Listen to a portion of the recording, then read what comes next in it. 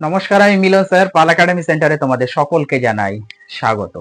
আজকে ক্লাস 7 এর অঙ্ক বইয়ের যদি তোমরা কষে দেখো 6.1 এই লেসনটি বার করো, অথবা তোমাদের বইয়ের পেজ নাম্বার 84 84 নাম্বার পেজ বার করো, তাহলে সেই 84 নাম্বার পেজে তোমাদের এক দাগের বেশ কিছু অঙ্ক দেওয়া আছে। আজকের এই ক্লাসটিতে এক দাগের যতগুলি অঙ্ক দেওয়া আছে সেই অঙ্কগুলি কিভাবে করতে হবে এই নিয়ে আজকের এই ক্লাসটিতে আমি সম্পূর্ণ বিস্তারিত আলোচনা করব। তবে আজকের এই ক্লাসটি শুরু করার পূর্বে তোমাদের কাছে আমার ছোট্ট একটি রিকোয়েস্ট, যারা আমার চ্যানেলে তোমরা নতুন দেখছো, এখনো পর্যন্ত আমার চ্যানেলটিকে সাবস্ক্রাইব করোনি, তারা অবশ্যই চ্যানেলটিকে সাবস্ক্রাইব করে পাশে থাকা বেল আইকনটিকে একটু প্রেস করে রাখবে। আর যারা আমার ফেসবুক প্রোফাইল থেকে ক্লাসগুলি দেখছো, এখনো পর্যন্ত আমার ফেসবুক প্রোফাইলটিকে ফলো করোনি, তারা অবশ্যই প্রোফাইলটিকে ফলো করে একটু পাশে থাকবে। এবং সর্বশেষে যদি ক্লাসটি ভালো লেগে থাকে তাহলে অবশ্যই একটা লাইক করতে কেউ ভুলবে না। এবং তোমাদের যাদের যেখানে সমস্যা আছে অবশ্যই আমাকে কমেন্ট বক্সে একটু কমেন্ট করে জানাবে। তাহলে চলো আর সময় নষ্ট না করে আমরা চলে আসি। প্রথমে এক দাগের হেডিংটা আগে আমরা একটু পড়ে নিই যে কি বলেছে। বলেছে যে বীজগাণিতিক সংখ্যামালা তৈরি করি। তার মানে এ থেকে শুরু করে এইচ পর্যন্ত যতগুলো অঙ্ক আছে প্রত্যেকটা বীজগাণিতিক সংখ্যামালা তৈরি করতে বলেছে। তোমরা ছোট ক্লাসে বিশেষ করে 5-6-এ যখন পড়েছো তখন কিন্তু তোমরা সংখ্যার যোগ শিখেছো, বিয়োগ শিখেছো, গুণ শিখেছো, ভাগ শিখেছো, তাই না? সংখ্যার।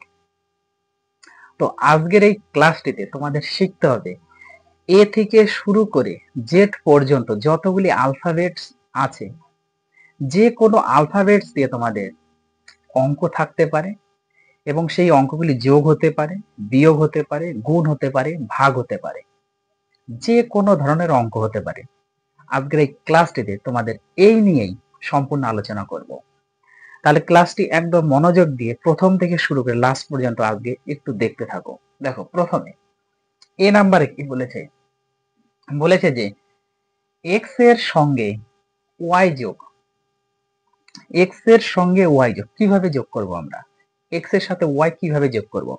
তোমরা ছোটবেলায় শিখেছো যে, যেমন সাপোজ একটা আমি এক্সাম্পল হিসাবে যদি ধরি, তোমরা শিখেছো যে 2 এর সাথে যদি 3 যোগ করতে বলে তাহলে পারবা, 5 এর সাথে 10 যোগ করতে বললে পারবা, তাই না? এইভাবে সংখ্যার যোগ শিখেছো, বিয়োগ শিখেছো, কিন্তু আজকে যেটা হবে সেটা হচ্ছে এক্স এর সঙ্গে ওয়াই এর যোগ। তাহলে এক্স এর সঙ্গে ওয়াই এর যোগ কথার অর্থ এক্স যোগ ওয়াই, এক্স যোগ ওয়াই ইকুয়াল টু, এটা হচ্ছে অ্যান্সার এসে দাঁড়াবে এক্স যোগ ওয়াই। বোঝা গেল যে এক্স এর সঙ্গে ওয়াই এর যোগ কথার অর্থ হচ্ছে এক্স যোগ ওয়াই। যদি 2 এর সাথে 3 যোগ করতে বলতো তাহলে আমরা এইভাবে লিখতাম 2 যোগ 3, 2 যোগ 3, 2 এর সাথে 3 যোগ করো তার মানে 2 যোগ 3। তাহলে এখানে এক্স এর সঙ্গে ওয়াই যোগ তার মানে এক্স যোগ ওয়াই। এটার ক্ষেত্রে আমরা অ্যান্সার 5 পাবো, কিন্তু এটার ক্ষেত্রে আমরা অ্যান্সার পাবো না, কারণ এক্স প্লাস ওয়াই এটা যোগ আর হবে না, যোগ হিসাবে বা যোগের রূপে থাকবে। বোঝা গেল? এইবার আসি আমরা বি নাম্বারে। জেড থেকে এক্স বিয়োগ। জেড থেকে এক্স বিয়োগ যদি তোমাদের বলা হতো যে 10 থেকে 7 বিয়োগ, সাপোজ 10 থেকে 7 বিয়োগ, এটা করতে বললে তোমরা অবশ্যই পারতে। তো সেম জিনিস এখানে সংখ্যার পরিবর্তে তোমাদের দেওয়া আছে জেড থেকে এক্স বিয়োগ। কার থেকে কে বিয়োগ? অ্যান্সারটা হবে জেড থেকে এক্স বিয়োগ। তার মানে জেড বিয়োগ এক্স বা জেড মাইনাস এক্স। বোঝা গেল? এটাই হচ্ছে মেন বেসিক। আর এটা যদি বলতো 10 থেকে 7 তাহলে এটা আমরা অ্যান্সার পেয়ে যেতাম 3, কিন্তু এক্ষেত্রে তো আমরা পাবো না, কারণ জেড থেকে এক্স বিয়োগ শুধু বিয়োগের রূপ হিসাবে থাকবে, কিন্তু আমরা অ্যান্সার পাবো না, কোনো সংখ্যা পাবো না। বোঝা গেল? তারপরেরটিতে আসি। দেখো পি এর দ্বিগুণের সঙ্গে কিউ যোগ। পি এর দ্বিগুণ, পি এর দ্বিগুণ, যে কোনো একটা সংখ্যা যদি দ্বিগুণ বলা হয় তার মানে কি 2 গুণ। এটা যদি অ্যান্সার আমরা লিখি এমন এসে দাঁড়াবে পি এর দ্বিগুণ মানে 2 গুণ পি, 2 গুণ পি মানে দ্বিগুণ হয়ে গেল। তাহলে পি এর দ্বিগুণের সঙ্গে কি কিউ যোগ বলেছে, তার মানে যোগ কিউ, যোগ কিউ। তো এইটাই যদি আমরা এখন একটু গুণ করে অ্যাকচুয়ালি লিখি তাহলে 2 আর পি গুণ করলে 2p হবে, তার সাথে কিউ যোগ হিসাবে থাকবে। বোঝা গেল? তাহলে পি এর দ্বিগুণের সঙ্গে কিউ যোগ কথার অর্থ 2p প্লাস কিউ। কোনো সমস্যা? আশা করি কোনো সমস্যা নেই। এ বি সি এই তিনটে অঙ্ক। এইবার আসি আমরা ডি নাম্বারে। দেখো, এক্স এর বর্গের সাথে এক্স গুণ এক্স এর বর্গ। এক্স এর বর্গ কথার অর্থ মানে যার বলুক না কেন, যে কোনো সংখ্যারই বর্গ বলুক না কেন, তার উপর কি হয়, পাওয়ার সবসময় 2 থাকে। তাহলে এক্স এর, এটার অ্যান্সার হবে এক্স এর বর্গ। এক্স এর বর্গ মানে এক্স এর বর্গ কথার অর্থ এক্স এর পাওয়ার 2। পাওয়ার 2 হচ্ছে বর্গ। তাহলে এক্স এর বর্গের সাথে এক্স গুণ, তার মানে এক্স গুণ বলেছে। এক্স এর বর্গের সাথে এক্স গুণ। এখন যদি বলতো 2 এর বর্গের সাথে 2 গুণ, তাহলে আমরা কিভাবে লিখতাম? 2 এর বর্গ লিখতাম, তার সাথে 2 গুণ করতাম। এটার আমরা অ্যাকুরেট অ্যান্সার পাবো। 2 এর বর্গ করলে কত হবে? 2 দিয়ে গুণ করলে 4, তার সাথে আরেকটা 2 আছে, তাহলে গুণ করলে 4 দুগুণে 8 পেতাম আমরা অ্যান্সার। কিন্তু এক্ষেত্রে তো আমরা পাবো না, কারণ এক্ষেত্রে শুধু আমরা সেই রূপ হিসাবে লিখতে পারি। তাহলে এক্স এর বর্গের সাথে এক্স গুণ, এটা এইভাবে রাখলেও অ্যান্সার হবে। কিংবা তোমাদের বইয়ে দেখা গেল যে এই এক্স এর পাওয়ার 2 আর এটা কিছুটাই মানে হচ্ছে 1, গুণের সময় পাওয়ারে পাওয়ারে যোগ হয়। যদি বেজ 1 থাকে, এটাকে বলা হয় বেজ। এক্স যে আছে এটাকে বলা হচ্ছে বেজ। বেজ যদি সমান থাকে, তার মানে এখানে এক্স আছে এখানে এক্স আছে, তখনই গুণের সময় পাওয়ারে পাওয়ারে যোগ হবে। যদি এখানে এক্স থাকতো এখানে ওয়াই থাকতো, তাহলে কিন্তু হতো না, কারণ দুটো সেম থাকতে হবে। তাহলে এক্স আর এক্স সেম, তাহলে গুণের সময় এক্স এর পাওয়ার যোগ হবে 2 আর 1 যোগ করলে 3। বোঝা গেল? এটাও অ্যান্সার থাকতে পারে কিংবা এটাও অ্যান্সার থাকতে পারে, কিন্তু এখানে যে পাওয়ার যে আমি অনটা তোমাদের বোঝানোর জন্য ধরেছি, এই অনটা হয়তো নেই। এটা দিলেও অ্যাকুরেট, এটা দিলেও অ্যাকুরেট, কোনোটাই কাটবে না। ওকে, তারপরে কোশ্চেনে দেখো কি বলেছে। বলেছে যে এক্স ও ওয়াই এর যোগফলের 1/4 অংশ। এক্স ও ওয়াই এর যোগফল আগে আমরা একটু বের করে নিই। এক্স ও ওয়াই এর যোগফল কথার অর্থ হচ্ছে, এটা অ্যান্সার হবে এক্স ও ওয়াই এর যোগফল মানে এক্স যোগ ওয়াই।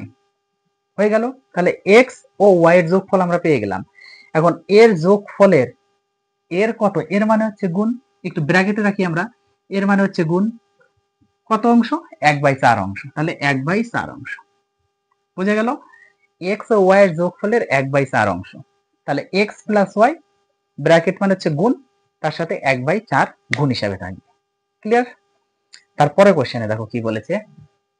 বলেছে যে এ ও বি এর গুণফলের 4 গুণের সাথে 7 যোগ করলাম। এ ও বি এর গুণফলের 4 গুণের সাথে 7 যোগ করলাম। কথাটার মানে বুঝতে হবে। এ ও বি এর গুণফল, এ ও বি এর গুণফল আগে আমরা বের করি। দেখো অ্যান্সারটা কি? এ ও বি এর গুণফল মানে এ গুণ বি, এ গুণ বি। বোঝা গেল? যদি তোমাদের 2 গুণ 3 বলতো, যে 2 ও 3 এর গুণফল, 2 ও 3 এর গুণফল যদি বলতো, তাহলে কি হতো? 2 গুণ 3 হতো। কথাটাকে বোঝো। এ ও বি এর গুণফলের 4 গুণের সাথে 7 যোগ, সেটা আমরা পরে করব। এ ও বি এর গুণফল মানে এ গুণ বি। যদি তোমাদের বলতো 2 ও 3 এর গুণফল, তাহলে আমরা লিখতাম 2 গুণ 3। বোঝা গেল? তাহলে এ ও বি এর গুণফল মানে এ গুণ বি। এর গুণফলের আবার 4 গুণ বলেছি, তাহলে এর গুণফলের আবার 4 গুণ, এর সাথে 4 গুণ করলে 4 গুণ হয়ে যেত। এবার 4 গুণের সাথে কত করতে বলেছে?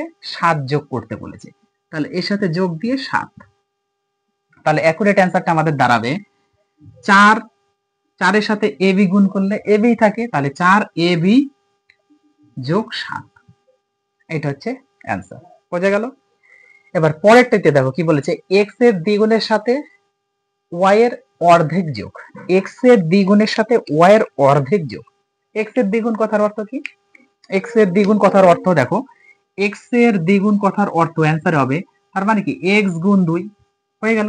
এক্স এর দ্বিগুণের সাথে ওয়াই এর অর্ধেক, অর্ধেক কি করতে বলেছে? যোগ। তাহলে ওয়াই এর অর্ধেক মানে কি? 1/2 ইন্টু ওয়াই, 1/2 ইন্টু ওয়াই, এটা হচ্ছে অর্ধেক। কিংবা এটাকে তোমরা y/2 হিসাবে লিখতে পারো। পরের লাইনে লিখবো, এর সাথে কি বলেছে? এটা যোগ করতে বলেছে। তার মানে এক্স এর 2 গুণের সাথে ওয়াই এর অর্ধেক। তাহলে এটা অ্যান্সার অ্যাকুরেট আমাদের দাঁড়াচ্ছে কিন্তু 2x গুণ করলে এটা 2x যোগ অর্ধেক মানে ওয়াইটা উপরে থাকবে, ওয়াই অক্ষে y/2। একের সাথে ওয়াই গুণ করলে, কারণ ওয়াইটা উপরে গুণ হিসাবে আছে, তাহলে ওয়াই অক্ষে y/2। বোঝা গেল? তাহলে এক্স এর দ্বিগুণের সাথে ওয়াই এর অর্ধেক যোগ করেছি। ক্লিয়ার? আজকে লাস্ট প্রশ্ন দেখো কি বলেছে, এক্স ও ওয়াই এর সমষ্টি থেকে এক্স ও ওয়াই এর গুণফল বিয়োগ। সমষ্টি বা যোগফল কথার অর্থ একই। তাহলে এক্স ও ওয়াই এর আগে সমষ্টি মানে কত, এটার অ্যান্সার। এক্স ও ওয়াই সমষ্টি মানে এক্স যোগ ওয়াই, এটা হচ্ছে সমষ্টি বা যোগফল। সমষ্টি থেকে এক্স ও ওয়াই এর গুণফল বিয়োগ। তাহলে এইটা থেকে আমাদের কি বলেছে, বিয়োগ করতে বলেছে এক্স ও ওয়াই এর গুণফল, তার মানে এক্স গুণ ওয়াই। বোঝা গেল?